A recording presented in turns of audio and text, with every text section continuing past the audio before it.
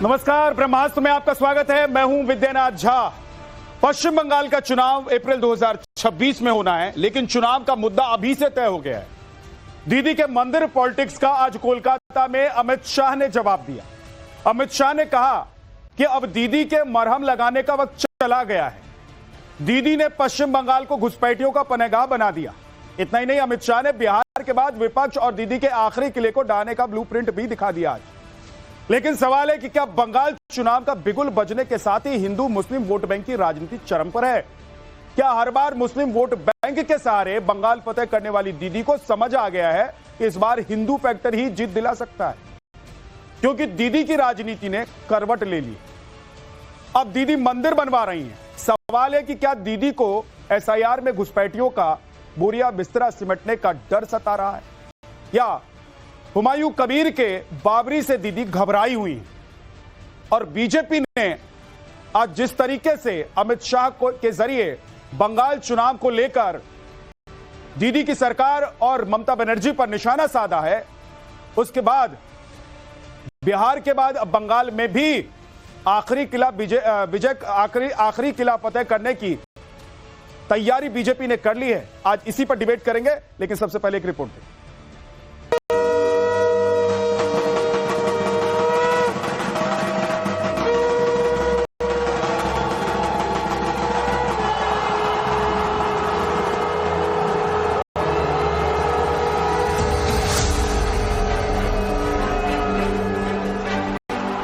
ऐसी सरकार चुनना जो घुसपैठियों को घुसने न दे। তুমি জাগো জাগো মা, অশুভ শক্তির বিনাশ করো, অসুরদের বিনাশ করো। জয় মা দুর্গা, জয় মা দুর্গা, জয় মা দুর্গা। चुनाव आते ही कई लोग त्रिपुंड लगाने लगते हैं, हनुमान चालीसा का पाठ करने लगते हैं, दुर्गा सप्तशती का पाठ याद आता है। जो तुष्टिकरण का राजनीति किया है, इसका जवाब 2026 में मिलेगा। नई बाबरी के शोर और बंगाल में नई टेंपल पॉलिटिक्स के बीच केंद्रीय गृह मंत्री अमित शाह बीजेपी का चुनावी चक्रव्यूह तैयार करने बंगाल पहुंचे। बंगाल फतेह की स्ट्रेटजी तैयार की, तो भी भय, भ्रष्टाचार और घुसपैठियों के मुद्दे पर ममता बनर्जी और उनकी सरकार को निशाने पर ले लिया। हर जगह बेटियां असुरक्षित हैं और ढेर सारे लोग और ढेर सारी माताएं बहनें ये अत्याचार से तंग आ चुकी है, असुरक्षा से तंग आ चुकी है। वो भी राह देख रही है कि कब वोट देने का अधिकार आए और हम ये निकम्मी तृणमूल कांग्रेस की सरकार को हटा दें। सांप्रदायिक तुष्टीकरण को इस राज्य सरकार ने अपनी नीति के रूप में स्वीकार कर लिया है। अब मरहम लगाने का प्रयास हो रहा है, मैं सुबह से देख रहा हूं, मगर अब मरहम लगाने से कुछ नहीं होता है। जहां पर भी बंगाल में जाते हैं, पूरे बंगाल की जनता घुसपैठियों से त्रस्त है। क्या कोई राज्य सरकार ऐसी हो सकती है जो घुसपैठियों की पनाहगाह अपने राज्य को बना दे? राष्ट्रीय सुरक्षा पर एक कितना बड़ा खतरा है, इसका जवाब बंगाल की मुख्यमंत्री ने बंगाल के चुनाव में दे। घुसपैठ रोकने के लिए उनके पास क्या योजना है? आर्टिकल 370 हटता है, वो विरोध करती है। सीएए लाकर बंगाल के शरणार्थियों को नागरिकता देने का हम कार्यक्रम करते हैं, वो विरोध करती है। ममता बनर्जी की सरकार पर हमलावर अमित शाह ने बंगाल में बीजेपी के चुनावी अभियान का बिगुल फूका, तो दूसरी ओर ममता बनर्जी भगवा रथ पर सवार हो रही हैं। हिंदू आस्था की ढाल लेकर चुनावी मैदान में उतर रही हैं। सोमवार को ममता ने न्यू टाउन में दुर्गा मंदिर की नींव रखी, तो वहीं सिलीगुड़ी में बंगाल का सबसे बड़ा महाकाल मंदिर बनाने का ऐलान किया। इतना ही नहीं, गंगा सागर पुल का वादा भी कराई और साथ ही साथ तुष्टीकरण के आरोपों पर सफाई दी डाली। হ্যাঁ, আমাকে অনেকে বলে আমি অ্যাপিজমেন্ট করি। আমি অ্যাপিজমেন্ট করি না, আমি সেকুলার সঠিক তথ্যে, অর্থাৎ সর্বধর্ম সমন্বয়। যখন আমি গুরুদ্বারায় যাই আমায় মাথা ঢেকে যেতে হয়, কই তখন তো তোমরা আমাকে কিছু বলো না, তাহলে আমি রোজায় গেলে তোমাদের আপত্তি কেন? এই যে আজকে আমি প্রোগ্রামে এসেছি, আমি চাদরটা গায়ে দিয়ে এসেছি, কেন জানেন? কারণ মা দুর্গার শিলান্যাস হচ্ছে।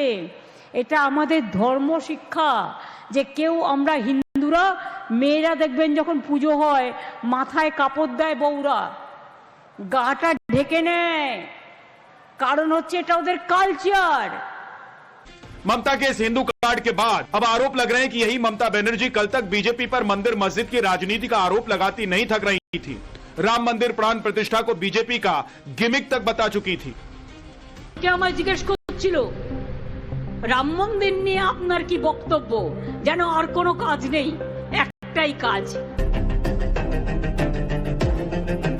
आज वही ममता बनर्जी खुद मंदिरों की राजनीति में नतमस्तक दिख रही हैं। विरोधियों का आरोप है कि बंगाल में नई बाबरी के शोर से ममता को मुस्लिम वोट बैंक के छिटकने की फिक्र सता रही है। इसलिए 2026 के चुनाव में डैमेज कंट्रोल के लिए वो टेंपल पॉलिटिक्स के जरिए सॉफ्ट हिंदुत्व का कार्ड खेल रही हैं। मैं ये मानता हूं कि मंदिर हो या बाकी धार्मिक गतिविधियां, ये आस्था के विषय होते हैं। जब इन सब धार्मिक संस्थाओं पर हमले होते हैं तब ये लोग चुप रहते हैं। चुनाव आते ही कई लोग त्रिपुंड लगाने लगते हैं, हनुमान चालीसा का पाठ करने लगते हैं, दुर्गा सप्तशती का पाठ याद आता है। मैं समझता हूं कि जनता इस सच को जानती है। ममता बनर्जी ने समझ लिए हैं कि आदर्शवादी मुसलमान जो हैं वो उनके साथ नहीं है, उनका पीछा छोड़ दिए। तो हम वोट को कैसे उभर के लाए, कैसे इसको पार करें। तो मतुआ लोग हैं, हिंदू लोग हैं, इसीलिए मतुआ लोगों को ज्यादा प्रॉक्सी दे रहे हैं, हमारे विरोध बात कर रहे हैं, ये सब चल रहा है। साथ साथ हिंदू का सिंपैथी लेने के लिए हिंदू मंदिर वगैरह ये सब बनाया जा रहा है, लेकिन कुछ काम नहीं होगा, कुछ काम का नहीं आएगा। लोग तय कर चुके हैं इस बार भारतीय जनता पार्टी को ही वोट देके इस बंगाल में पावर में लाएंगे। पश्चिम बंगाल में धर्म को दिखाने का राजनीति चल रहा है, मंदिर मस्जिद का कंपटीशन चल रहा है, डेवलपमेंट तो है नहीं कुछ। पश्चिम बंगाल में माँ दुर्गा के ऊपर इतना सारा अत्याचार हो रहा है, डॉक्टर बेटी का मौत हो गया था जिक्र केस में, पूरा लोग जनता पूरा रास्ते के ऊपर आ गया। उसके बाद दुर्गांगन बना के क्या करना चाहते हैं, क्या बोलना चाहते हैं? सिर्फ हिंदुत्व वोट के लिए, हिंदू को जगाने के लिए। कोई भी हिंदू लोग पश्चिम बंगाल का बोलिए अभी ममता बनर्जी को सपोर्ट नहीं देते हैं, क्योंकि उन्होंने जितना उन लोगों के साथ किया है, जो तुष्टिकरण का राजनीति किया है, इसका जवाब 2026 में मिलेगा। बीजेपी का आरोप साफ है, जब तक मुस्लिम वोट बैंक सुरक्षित था तब तक ममता को हिंदू याद नहीं आए, लेकिन जैसे ही बंगाल में बाबरी का शोर मचा, ममता की राजनीति ने भी करवट ले ली। मंदिर के उद्घाटन हो रहे हैं और आज टीएमसी नेताओं के बयान बदल रहे हैं। आप मंदिर बनाइए, मस्जिद बनाइए, गुरुद्वारा बनाइए, चर्च बनाइए, राजनीति छोड़ दीजिए। अगर आप पॉलिटिक्स कर रहे हैं, जनता की सेवा आपका एक लक्ष्य होना चाहिए। फिलहाल ममता बनर्जी कोई रिस्क नहीं लेना चाहती, लेकिन सवाल है कि क्या टेंपल पॉलिटिक्स के सहारे दीदी पश्चिम बंगाल में बीजेपी के हिंदुत्व के एजेंडे को काउंटर कर पाएंगी? क्या ममता बनर्जी एक बार फिर सियासी दांव पलटने में कामयाब होंगी, या अमित शाह का ये चुनावी चक्रव्यूह टीएमसी की सत्ता की दीवार को भेद देगा? Bureau report, Times Now Navbharat. Mamata Banerjee पर यानी कि दीदी पर हमेशा हिंदू विरोधी होने का आरोप लगता रहा है, और इसीलिए आज ममता बनर्जी जब ये कह रही हैं कि वो मंदिर बनवाएंगी, वो कह रही है कि वो तुष्टीकरण नहीं करती हैं, तो सवाल उठ रहे हैं, उनसे सवाल पूछे जा रहे हैं। और सवाल यह भी, क्या हिंदू फैक्टर बंगाल विजय का फैक्टर है सबसे बड़ा? और बाबरी के बाद, एसआईआर के बाद ममता दीदी को यह समझ में आ गया है कि सिर्फ मुस्लिम तुष्टीकरण या मुस्लिम वोट बैंक के सहारे इस बार बंगाल नहीं जीता जा सकता। यही नहीं, बिहार में एनडीए ने और बीजेपी ने जिस तरीके से महाविजय हासिल की, उससे भी दीदी घबराई हुई। उससे भी क्या दीदी को यह समझ में आ रहा है कि हिंदू फैक्टर ही अब देश में चलने वाला है और कोई फैक्टर नहीं चले, क्योंकि सबसे ज्यादा संख्या में इस देश में हिंदू हैं। उनको नाराज करके आप किसी चुनाव को नहीं जीत सकते। आज इसी पर बात करेंगे। हमारे साथ डॉक्टर धनंजय गिरी बीजेपी के प्रवक्ता हैं, अमितोष पारिक वीएचपी के प्रवक्ता, अश्विनी मिश्रा कांग्रेस के नेता, बिनोय सिंह टीएमसी से हमारे साथ हैं, इमरान सोलंकी बंगाल के अध्यक्ष हैं एआईएमआईएम के, और विजय राठी जी समाजवादी पार्टी के प्रवक्ता हैं। आप सभी का बहुत स्वागत है। आप लोगों के पास आऊं, सवाल जवाब का और डिबेट का सिलसिला शुरू करें। उससे पहले मंदिर मस्जिद पर आज अमित शाह ने कुछ ही मिनट पहले एक सवाल का जवाब देते हुए क्या बोला है, जरा सुन लेते हैं। चुनाव से पहले बंगाल में मंदिर मस्जिद की राजनीति शुरू हुई है। आपको पता होगा मुर्शिदाबाद में बाबरी मस्जिद का एक मिनट मंदिर और मस्जिद दोनों की राजनीति कौन कर रहा है? एक तृणमूल से निकले हुए एमएलए कर रहे हैं और एक तृणमूल कांग्रेस कर रही है। तो सवाल का एड्रेस गलत है, सवाल तो सही है। निर्माण से बंगाल और भारत में शांति का माहौल बिगड़ सकता है। देखिए चुनाव के वक्त ये सब करने की परंपरा कितनी उचित है वो बंगाल की जनता को तय करना पड़ेगा, मगर मुद्दा यहां तक सीमित नहीं हुआ है। युवाओं की रोजगारी का है, महिलाओं की सुरक्षा का है, घुसपैठ का मुद्दा है, भ्रष्टाचार का मुद्दा है, इंडस्ट्रीज के पलायन का मुद्दा है, गिरते जा रहे इंफ्रास्ट्रक्चर के स्तर का मुद्दा है। ढेर सारे मुद्दे हुए, कहीं से बच नहीं सकते। तो सुना आपने, अमित शाह ने आज ममता दीदी पर, टीएमसी सरकार पर, पश्चिम बंगाल की सरकार पर तमाम आरोप लगाए और आरोप के साथ उन्होंने यह भी कहा कि घुसपैठियों का पनाहगाह बना दिया है बंगाल को। उन्होंने यह भी कहा कि केंद्र सरकार की जो योजनाएं आती हैं वो पश्चिम बंगाल में लागू नहीं होती हैं, दक्षिण के तमाम राज्यों में वो योजनाएं लागू हो रही हैं, लेकिन यहां तक वो योजना दीदी नहीं पहुंचने थी। आरोप प्रत्यारोप का दौर चल रहा है, शुरू हो गया है। इमरान सोलंकी जी लेकिन मुद्दे पर आते हैं। ममता दीदी ने कहा कि वो सेक्युलर हैं, वो तुष्टीकरण नहीं करती हैं। अगर वो मंदिर बना रही हैं तो इससे उनका क्या सेक्युलरिज्म दिखाई दे रहा है या उनका तुष्टीकरण दिखाई दे रहा है? इमरान जी।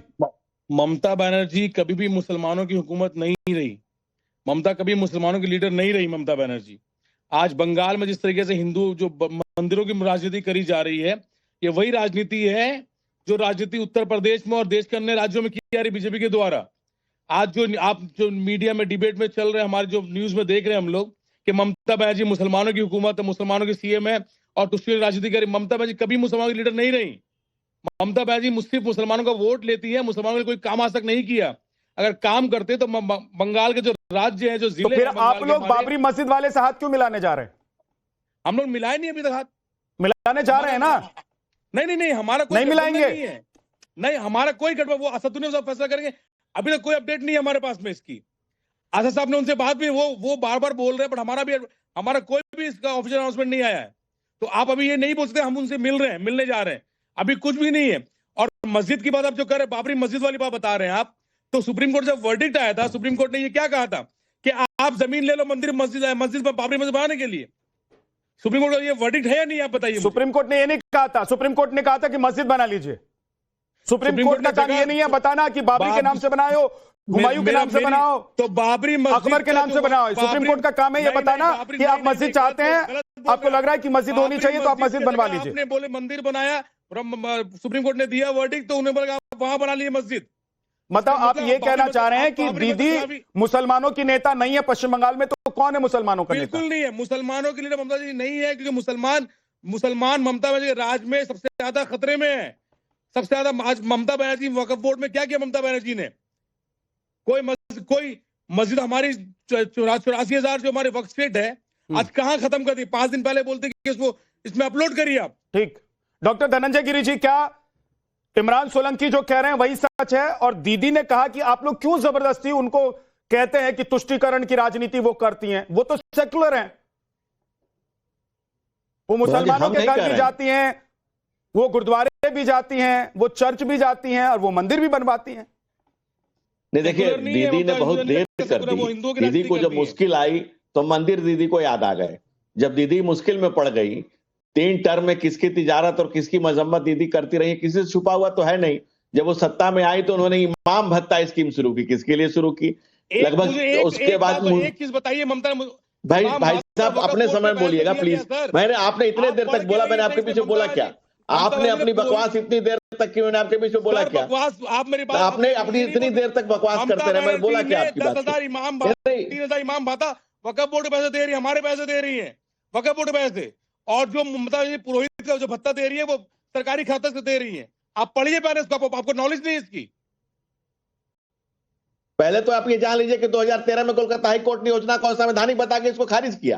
पहले तो आप ये जान लीजिए। और अपीजमेंट की बात हम नहीं कर रहे हैं, अपीजमेंट का तो कलकत्ता हाई कोर्ट ने कहा कि अपीजमेंट कर रही है ममता बनर्जी, और उसमें कोर्ट के आदेश ने कहा कि partial appeasement is doing by government. जब दुर्गा पूजा के भसान पर रोक लगाया और मुहर्रम के लिए छुट्टी दी, तब कोर्ट का स्टे हटा दे। जैसे मैं मुहर्रम को भी रोक लगाया, कलकत्ता हाई कोर्ट ने कहा कि मैंने नहीं कहा, ये हाई कोर्ट के जजमेंट में है। हाई कोर्ट ने अपने जजमेंट में ये बात लेकर के आई। और दूसरी बात, आप विद्यानाथ जी एक एक करके बोलिए, इमरान सोलंकी एक दूसरे के ऊपर मत बोलिए प्लीज। विद्यानाथ जी, सबसे बड़ी बात है कि ममता बनर्जी नया नया मंदिर बनवाने चली, सिलीगुड़ी में और दुर्गा आंगन बनाने चली है। इससे पहले वो तारकेश्वर महादेव मंदिर जो शिव पुराण में वर्णित है, जो 64 ज्योतिर्लिंगों में से एक है, उसके डेवलपमेंट बोर्ड का चेयरमैन फिरहाद हकीम किस लिए है भाई? फिरहाद हकीम क्यों तारकेश्वर मंदिर ट्रस्ट बोर्ड का चेयरमैन बना हुआ है? उसी को हटा के खुद ही बन जाती। ओबीसी सूची में जब जोड़ने की बात आई तो उन्होंने 77 समुदाय को जोड़े, 75 मुस्लिम थे। भला देश के प्रधानमंत्री आदरणीय नरेंद्र मोदी का जिन्होंने ओबीसी कमीशन बना दिया था, ओबीसी कमीशन ने कहा कि ये कैसे हो गया, मुसलमान को अपने कैसे शामिल किया? तो उन्होंने कहा कि ये पहले हिंदू रहे थे, जो कोर्ट से जाकर के खारिज हुआ। 140 ओबीसी को जोड़ने की बात है, उसमें 80 मुस्लिमों को जोड़ा, वो भी हाई कोर्ट ने उस पर रोक लगाई। ठीक है, तो तुष्टीकरण की लगातार जो राजनीति करने जा रही है और उनकी निर्ममता जो वहां हिंदुओं के प्रति है, बिनोय जी जवाब छुपा हुआ थोड़ी है। बिनोय जी बोलिए। सबसे अहम मुद्दा यह है कि राष्ट्र धर्मनिरपेक्षता के तहत राष्ट्र की केंद्र की सरकार और राज्य की सरकारों को चलना चाहिए। हमारा राष्ट्र धर्मनिरपेक्ष राष्ट्र है, तो इसमें सभी धर्म, सभी संप्रदाय के समूहों को, लोगों को मान सम्मान और संविधान के द्वारा जो अरे भाई, तो क्यों ऐसा होता रहा? क्यों ईद की छुट्टी बढ़ाई और विश्वकर्मा पूजा की छुट्टी बंद की गई? क्यों किया गया ऐसा? बोलने के समय में नहीं बोला गया। क्यों बढ़ाई और विश्वकर्मा पूजा की छुट्टी क्यों कैंसिल की गई? यानी 24 परगना में 13 फरवरी 21 फरवरी 2013 को 200 से ज्यादा परिवार आप बकवास करते रहे हैं, किया गया। ऑफिसर जाके बैठे हैं, क्यों जवाब देने दीजिए। क्यों कोर्ट को इंटरफेयर करना पड़ा? जानकारी नहीं है आपको। आपने तो कहा कि तारकेश्वर का जो शिव मंदिर है वो ज्योतिर्लिंग में आता है। लगातार तो जानते हैं कि देश में 12 ही ज्योतिर्लिंग है, और तारकेश्वर का शिव मंदिर कैसे ज्योतिर्लिंग में आया? पहले आप शिव पुराण की चीजों को, बातों को ध्यान से अध्ययन कीजिए। एक एक करके डॉक्टर साहब, एक एक करके डॉक्टर साहब, एक एक करके एक बार बिनोय जी को बोलने दीजिए, फिर आप बोलिएगा। मुझको तो आश्चर्य हो रहा है कि धनंजय जी ने तारकेश्वर के शिव मंदिर को लोगों का आश्चर्य हो रहा है। कितनी बड़ी मुनाफिक है। अरे ज्योतिर्लिंग देश में 12 ही ज्योतिर्लिंग है, आपको देख करके लोगों का 12 के बाद नहीं है। और उसके बाद नाथ है और 1760 कितने बड़े इतना शिव मंदिर है भारतवर्ष में। ये ममता पहले अच्छे से शिव पुराण को पढ़िए, समझिए, उसके बाद बोलिए। काम किया, बकवास करने का जगह नहीं है। प्लीज एक एक करके डॉक्टर धनंजय गिरी जी, प्लीज एक एक करके डॉक्टर साहब धनंजय गिरी जी रुक जाइए, उनको कंप्लीट करने दीजिए। आप जवाब देना चाहते हैं, आप जवाब दीजिएगा। विनोद जी बोलिए। ऐसी की बात है कि मंदिर की पॉलिटिक्स की कोई बात नहीं है। पश्चिम बंगाल में सभी मजहब के लोग, सारे धर्म संप्रदाय के लोग अपने अपने तरीके से रहते हैं और सभी सुरक्षित आप लोगों को इस बात का डर सता रहा है कि एसआईआर में जो बांग्लादेशी हैं वो बोरिया बिस्तरा समेटकर भाग रहे हैं। बाबरी मस्जिद बनाने वाले के साथ मुस्लिम समुदाय का एक बड़ा तबका जा सकता है, और इसीलिए अब आप लोगों को ऐसा लग रहा है विनोद जी कि अगर हिंदू फैक्टर पर काम नहीं करेंगे, हिंदू फैक्टर के रास्ते पर नहीं चलेंगे, तो पश्चिम बंगाल हार जाएंगे। एसआईआर में आप देखिए, जो गुजरात की टोटल जनसंख्या के कितने प्रतिशत जो नाम है सो लिस्ट से कटा है। आप केरल का पूरा जनसंख्या का प्रतिशत देखिए, आप छत्तीसगढ़ के समूचे जनसंख्या का देखिए, प्राय तीनों राज्यों में प्राय 10% जनसंख्या का जो अंश है वह वहां SIR के नाम से कटा है। और अब बंगाल का तथ्य लीजिए, यहाँ लगभग 5% कटा है। बांग्लादेश के घुसपैठी तो बिहार में है, उत्तर प्रदेश में है, त्रिपुरा में है, तो वहां भारतीय जनता पार्टी क्या करती है? और बॉर्डर पर तो जो सुरक्षा बल तैनात है वो तो केंद्र सरकार का है। वो लोग अरे भाई, अब जमीन नहीं दोगे, फेंसिंग करने के लिए जमीन नहीं दोगे। ओके, आदरणीय गृह मंत्री जी, धनंजय गिरी, आप जवाब देना चाहते हैं? दीजिए सर, बोलिए। विद्यानाथ जी, सबसे बड़ी बात है घुसपैठियों पर बात कर रहे हैं। लगातार गृह मंत्री जी स्टेटमेंट दे रहे हैं कि आप फेंसिंग के लिए जमीन नहीं दे रहे हैं। जमीन अगर नहीं दीजिएगा तो आप कहां से बात करेगी सरकार? कैसे रोक पाएगी घुसपैठियों को? और आप लगातार ये जो मक्कारी आप करना चाह रहे हैं मुल्क के सामने, आप सूरबत पहनाना चाह रहे हैं, आपको नहीं भारा। ये सबको पता है कि आपने तुष्टीकरण की एक दूसरे के ऊपर बोल रहे हैं। में कत्लो गारत का विनोद सिंह जी, आप अभी परेशान हो रहे थे कि आप बोल रहे थे तो धनंजय गिरी बोल रहे हैं, अब वो बोल रहे हैं तो आप बोल रहे हैं। वो तो दूसरे को नहीं देते। सर, डेकोरम को मेंटेन रखिए ना। अगर आप चाहते हैं कि आपके ऊपर कोई ना बोले तो आप भी किसी के ऊपर मत बोलिए। रुक जाइए थोड़ा सा, उनको बोलने दीजिए, फिर बोलिएगा ना सर।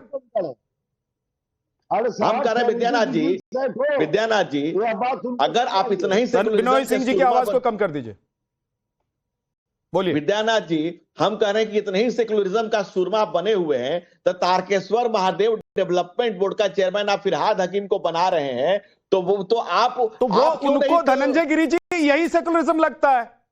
तो हम कह रहे हैं कि तो इसी के लिए आप हज कमेटी का चेयरमैन किसी हिंदू को बना दीजिए ना, तब ना होगा कि सेकुलरिज्म हो गया। भाई उधर भी बना तो इधर भी बन गया, आप बना दीजिए। कल आपको पता चल जाएगा कि क्या स्थिति होगा, क्या स्थिति हो जाएगी आपकी, पता चल जाएगी। आप जो बंगाल में कत्लो गारत का, जो हिंदुओं के कत्ल लगातार हत्याएं हो रही है, निशंस हत्याएं हुए, NHRC की रिपोर्ट है कि पुलिस चुप हो जाती है। जो तमाम इमामों मुअज्जिमों को आप जो देते गए तनख्वाह, जो OBC सूची में आप मुसलमानों को शामिल करते गए, जो कोर्ट को कहना पड़ा कि आप तुष्टीकरण की राजनीति कर रही है, ये जो आपने बिहार जो बंगाल में किया है, जो निर्ममता ममता दीदी की है, और किसके प्रति उनकी ममता है, ये कौन सी चुपी बात है? सुरमा लगाना चाहते हैं। ठीक है विजय राठी जी, आप लोगों को भी, विजय राठी जी, आप लोगों को भी समझ में आया कि बिहार चुनाव बीजेपी या NDA ने जिस तरीके से जीता है, जितने बड़े मार्जिन से बीजेपी ने बिहार चुनाव को जीता, उससे समझ में आप लोगों को भी आया, और आप लोग भी हिंदुत्व, मंदिर, इन बातों पर अब खुलकर बोलने लगे हैं। क्या आप लोगों को लग रहा है कि इसीलिए अब दीदी भी हिंदू वाले फैक्टर के रास्ते पर चल पड़ी है? देखिए, जहां तक हम लोगों का सवाल है, पहले तो सब लोगों को मेरा नमस्कार। ये जो आपने बात कही है अभी कि हिंदू पर या मंदिर पर हम लोग बोलने लगे, हम लोग जैसे पहले थे ऐसे ही अब हैं, लेकिन हम लोग किसी चीज का दिखावा नहीं करते। कौन सा ऐसा है, या तो हमारे पार्टी के राष्ट्रीय या पार्टी के नेता, कौन ऐसा है जिसके घर में पूजा नहीं होती, कौन ऐसा है जो मंदिर नहीं जाता। ये सारा जो परसेप्शन होता है तो मीडिया का बनाया होता। लेकिन हाँ, मैं एक चीज जरूर बता दूं, जो बंगाल की बात आप लोग अभी कर रहे थे, मैं देख रहा था, अभी बीजेपी के प्रवक्ता भी बोल रहे थे, ये बंगाल की वही धरती है। अभी इन्होंने बोला कि कोई मक्कारी करने जा रहा है। मैं कह रहा हूं, मक्कारी और गद्दारी तो अगर 1941 का दौर आप देखें तो वही इनकी जननी हिंदू महासभा, जहां से ये लोग निकल करके आए, और जिन्होंने मुस्लिम लीग के साथ, फिर सिख प्रजा पार्टी के साथ जिन्होंने सरकारें बनाई, जिसकी फजलुल हक में चला जाता है, बाद में जाकर के पाकिस्तान के गृह मंत्री बने, उनके प्रधानमंत्री काल में, क्योंकि उस समय मुख्यमंत्री को प्रधानमंत्री 1992 में जिसका वहां जाकर के इन्होंने सरकार बनाई। जब पूरा देश अंग्रेजों से लड़ रहा था, उस समय पे कांग्रेस ने इस्तीफा दिया। और धनंजय जी ठीक नहीं है, धनंजय जी एक सेकंड, धनंजय जी प्लीज, धनंजय जी इनकी उनको बोलने दीजिए, आप जवाब देना चाहते हैं उंगली उठाइएगा सर, मैं आऊंगा आपके साथ। हिंदू महासभा, उन्होंने देश के साथ गद्दारी करके मुस्लिम लीग के साथ सरकार चलाई। ये तो सबसे बड़े गद्दार इस देश के निकले। ये किस मुंह से देश की बात करते हैं, मैं सोचता हूं। इनके सरकारी दस्तावेज में ये लेटर, 3 लेटर जो सरदार पटेल ने जवाहरलाल नेहरू। एक सेकंड विजय राठी जी, एक मिनट रुकिए, एक मिनट रुक जाइए सर, एक मिनट रुकिए। डॉक्टर धनंजय गिरी जी बीच में मत बोलिए सर। अच्छा नहीं लगता मुझे किसी गेस्ट का अगर ऑडियो लेवल डाउन कराना पड़ता है, अच्छा नहीं लगता है। मैं चाहता हूं कि सबकी बात कंप्लीट जाए, क्लियर जाए, इसलिए एक बार उनको बोलने दीजिए। आप उंगली उठाइएगा, अगर आप जवाब देना चाहते हैं मैं आऊंगा आपके पास। बोलिए, पूरा कीजिए विजय जी। नहीं, ये बोलने तो देते ही नहीं, यही तो दिक्कत है। देखिए मैं एक चीज बता रहा हूं, जो इनका सपना 1941 में था, सेकंड झोंकने के बाद कांग्रेस के सब मेंबरों ने इस्तीफे दिए, तब इन्होंने वो सरकारें चलाई उन लोगों के साथ जो देश को बांटना चाहते थे। फिर दोबारा से उसी मंसूबों के होकर के ये बंगाल में घुसते हैं, लेकिन ये मुंह की खा करके वापस आते हैं।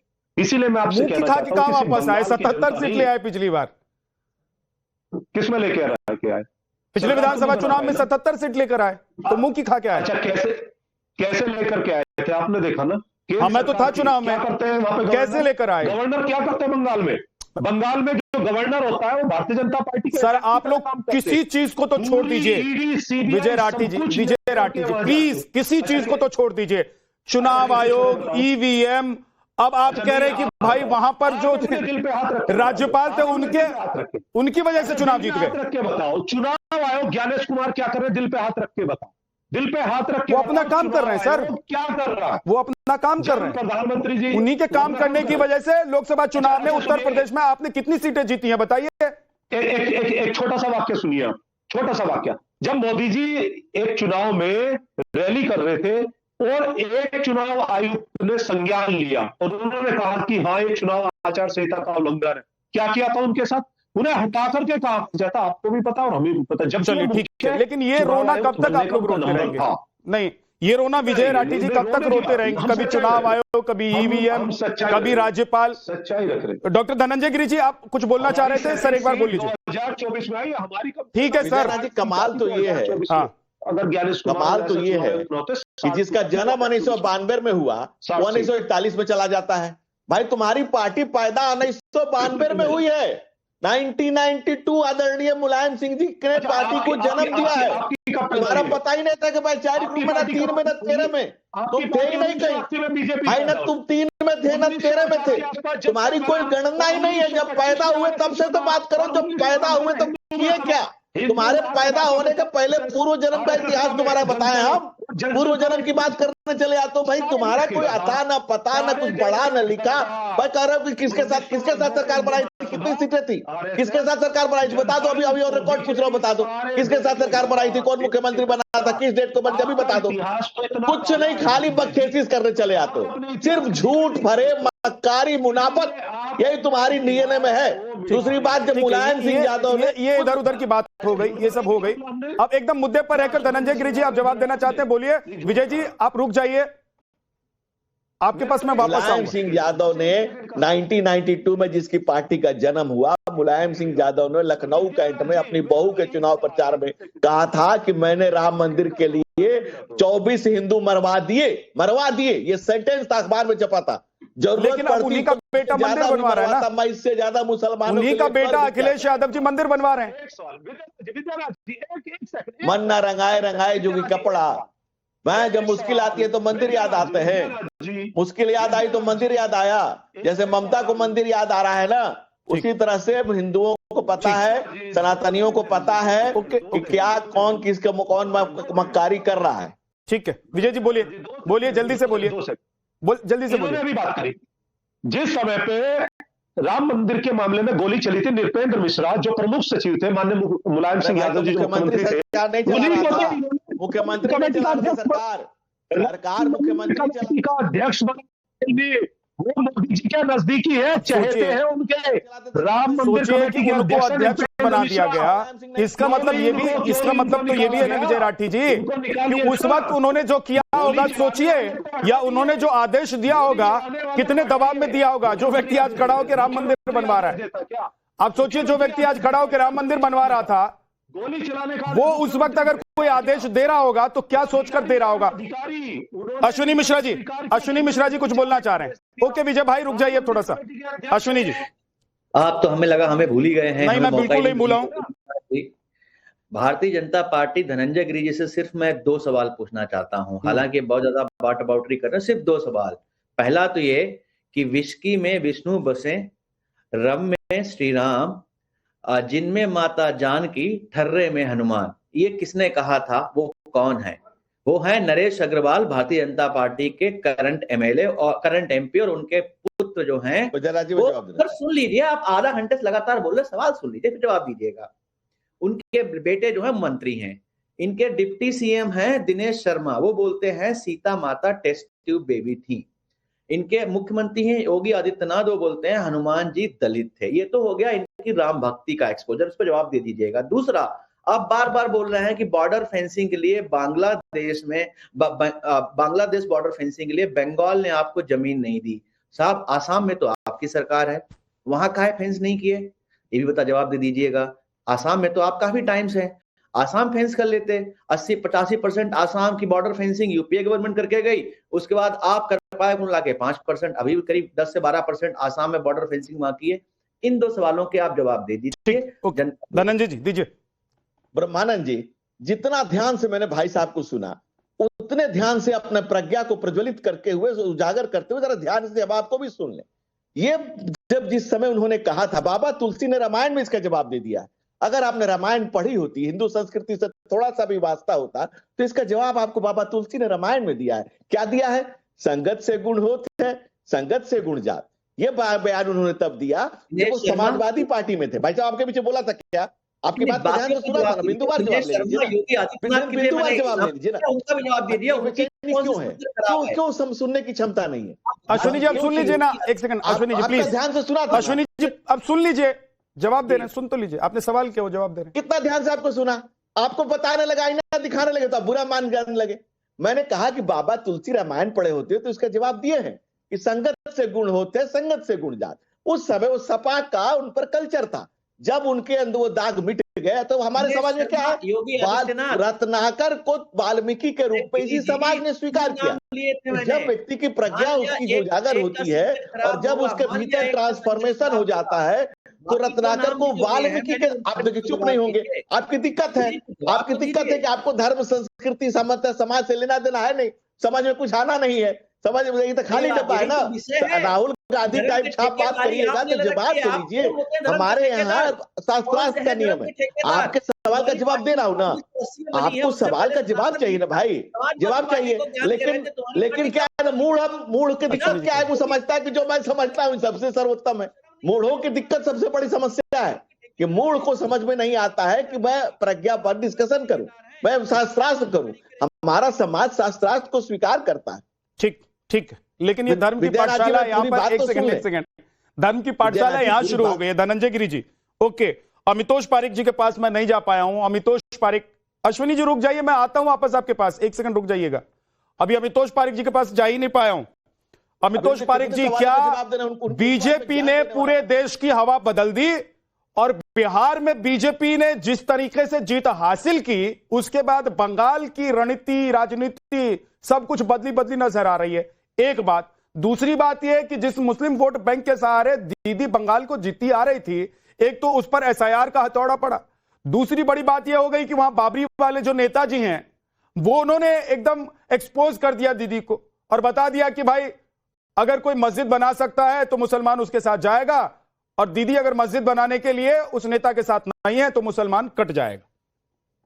झा साहब, इस पूरे पैनल के अंदर में आज वो लोग हिंदू धर्म और संस्कृति की बात कर रहे हैं जिनका इतिहास उठा के देखेंगे तो उन्हीं को ही दूषित करते हुए वो नजर आए। तो ये होती है वोट बैंक पॉलिटिक्स। और एक तरफ वो है जो लगातार तरीके से हिंदुत्व की और मंदिरों की बात करते आए, और जब वो अपने एजेंडा में हिंदुत्व और मंदिर की बात करते हैं तो उसको एक वोट बैंक पॉलिटिक्स का नाम ये लोग देते हुए खड़े होते हैं। कांग्रेस की आप बात करेंगे तो कांग्रेस को तो हिंदू मंदिरों में बलात्कार दिखता है। टीएमसी के भी मैं बता ही दूंगा, एमआईएम रजाकार पार्टी के साथ है, और वो समाजवादी पार्टी के प्रवक्ता जो अभी कुछ दिनों पहले जो स्वामीनाथन के अभियोजन के लिए सदन में चले जाते हैं। क्यों? क्योंकि हिंदू को दीप जलाने का अधिकार देते हैं। लेकिन ममता बनर्जी की सारा सेक्युलरिज्म कहां चला जाता है, मैं आपको एक लिस्ट देता हूं, सुनिए। साउथ 24 के अंदर में मां काली को पुलिस वैन में लेके गया। जादवपुर के अंदर में 40 हिंदू के घर जला दिए गए। बसियात में मां काली की वेंडलाइज कर दिया मूर्ति को। लक्ष्मीपुर में मां काली की मूर्ति को वेंडलाइज कर दिया। पंचकुरा में वेंडलाइज करते थे शिव के मंदिर को। पंगतला में वेंडलाइज कर देते हैं। जाविदपुरी के में रामकृष्ण हंस के जो मिशन का आश्रम है उसको वेंडलाइज कर देते हैं। मुर्शिदाबाद में 9 मंदिर जलाते थे। हावड़ा में 5 मंदिर जलाते थे। नॉर्थ 24 में माता काली के मंदिर को वेंडलाइज करते हैं। चितपुर में भी यही करते हैं। और कहा साउथ 24 के अंदर में भी यही करते हुए पाए गए। जब लगातार तरीके से मां काली के मंदिर को वेंडलाइज करते हैं तब तो इनका सेक्युलरिज्म सही हो जाता है। लेकिन आज दुर्गा की बात करते आते हैं तो अभी दुर्गा आंगन के अंदर में 10 करोड़ का करप्शन, तो एमसी तो ही थी, लेकिन जो इमाम को और वहां के मुजाहिन को स्टाइपेंड देते हैं, हाउसिंग स्कीम देते हैं, अपने 5,000 करोड़ का माइनॉरिटी अफेयर्स में स्टाइपेंड देते हैं, मुझे लगता है अगर वो सेक्युलरिज्म की बात ना करे और अपीसमेंट की अगर बात करे तो ज्यादा सही होगा, क्योंकि वो बांग्लादेश के लिए खड़ी होती है, ना कि मां दुर्गा के लिए। ठीक है बिनोय सिंह जी, उसके बाद इमरान जी भी बोलना चाह रहे हैं। बिनोय जी जवाब दीजिए। जब ममता बनर्जी पश्चिम बंगाल में माँ दुर्गा की मंदिर हो, जगन्नाथपुरी धाम की मंदिर हो, महाकाल की मंदिर, तो इसे भारतीय जनता पार्टी को जलन क्यों होती है? क्या सनातन धर्म का समूचा ठेका भारतीय जनता पार्टी ने ले रखा है? नहीं, आप लोगों ने छोड़ दिया था, इसीलिए सवाल उठ रहे हैं। कभी किसी ने नहीं छोड़ा है। बिनोय सिंह जी अभी कितने साल से हैं सत्ता में, बताइए? 14 साल से। 14 साल से है ना। कितने मंदिर बनवाए आपने? एक सेकंड रुक जाइएगा, एक सेकंड रुक जाइए। कितने मंदिर बनवाए? भारतवर्ष में दुर्गा पूजा कितने? सर दुर्गा पूजा तो हर घर में होती है, मुझे बताइए कितने मंदिर आपने 14 साल में बनवाए? और दुर्गा पूजा, मेरा सवाल यह है कि कितने मंदिर बनाए हैं, और यह सवाल मैं इसलिए नहीं पूछ रहा हूं कि इससे आप हिंदू होने का सर्टिफिकेट देंगे और आपकी पार्टी हिंदुत्व के लिए काम करती रहे, इसका सर्टिफिकेट मिलेगा। मेरा सवाल इसलिए है बिनोय जी, मेरा सवाल इसलिए है, बिनोय सिंह सुनिए, बिनोय सिंह सुनिए ना, मेरा सवाल इसलिए है कि 14 साल बाद आप लोगों को, दीदी को, टीएमसी को मंदिर बनाने की अगर याद आती है, हिंदुओं की याद आती है, खुद दीदी कह रही हैं कि मैं तुष्टीकरण नहीं करती हूं, मैं तो सेक्युलर हूं, ऐसा क्यों दीदी को कहना पड़ता है? इस सवाल का जवाब मैं चाहता हूं आपसे। आप जानकर भी अनजान बन रहे हैं। जो दीघा में जगन्नाथ धाम जो बना है, उस मंदिर को तैयार होने में कितने साल लगे हैं? आज जो मंदिर तैयार होता है उसके पीछे कम से कम 10 साल पहले से तैयारी हुई है, तब बनते बनते जाकर के दीघा में मंदिर बना है। फिर इसके बाद दुर्गा आंगन या महाकाल मंदिर जो बनने जा रहा है, तो एक सरकार जो 11 में आती है वो तो आते ही आते 12 से तो नहीं कर देगी। 2014 में मोदी जी की सरकार आई, तो 2022 में जाकर के राम मंदिर का जो है सो बिनोय सिंह जी, मंदिर बनाने में आप लोगों को 10 साल लग जाते हैं। एक मंदिर बनाने में आप लोगों को 10 साल लग जाते हैं। और मैं बंगाल घुमा हूं, कलकत्ता घुमा हुआ हूं, हज हाउसेस वहां पर बनाने में आप लोगों को कितने महीने लगते हैं बताइए? कितने महीने, कितने साल में हज हाउस आप लोग बनाकर तैयार कर देते हैं? नहीं, मोदी जी का सनातन धर्म जो दिखावा के लिए जो है। सर मोदी जी छोड़ दीजिए, मोदी जी छोड़िए, धनंजय गिरी जी को छोड़िए, पूरे पैनल को छोड़िए, मेरे साथ मैं सवाल कर रहा हूं, इसका जवाब दीजिए। हज हाउस बनाने में आप लोगों को कितना वक्त लगता है? अयोध्या का जो राम मंदिर बनकर तैयार हुआ और 22 जनवरी को आप राम मंदिर पर चलेंगे, मैं पूछ रहा हूं कि एक हज हाउस बनाने में आप लोगों को कितना वक्त लगता है और एक मंदिर बनाने में कितना वक्त लगता है? सनातन धर्म के सारे नियमों का पालन नहीं हुआ है, उसमें भी सनातन धर्म के बहुत धर्माचार्यों का मतभेद है। मतलब हज बनाते हुए क्या आप इस्लाम का पालन नहीं करते हैं क्या? मस्जिद बनाते हुए इस्लाम धर्म का पालन नहीं करते हैं क्या? इस्लाम धर्म की बात आप कहां से लाए? आप तो अभी मंदिर पर चर्चा कर रहे हैं। मैं पूछ रहा था तो मेरे सवाल का जवाब दीजिए ना। मैं पूछ रहा हूं कि भाई हज हाउस बनाने में, मस्जिद बनाने में आप लोगों को कितना टाइम लगता है और मंदिर बनने में 10 साल क्यों लग जाते हैं, ये पूछ रहा हूं मैं। अरे एक हज हाउस को बनाना और एक मंदिर को बनाने दोनों में अंतर है। वही अंतर अब आप लोगों को समझ में आने लगा है और आप लोगों को लगने लगा है कि इस अंतर को खत्म करना है।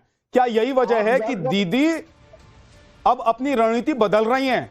क्या यही वजह है कि बिहार के तर्ज पर बीजेपी इस संग्राम में जो 2026 में है, जिसके नतीजे अप्रैल 2026 में आएंगे, उस पर अभी से काम करने लग गई है? बहुत बहुत शुक्रिया आप सभी मेहमानों का हमारे साथ जुड़ने के लिए। एक छोटा सा ब्रेक और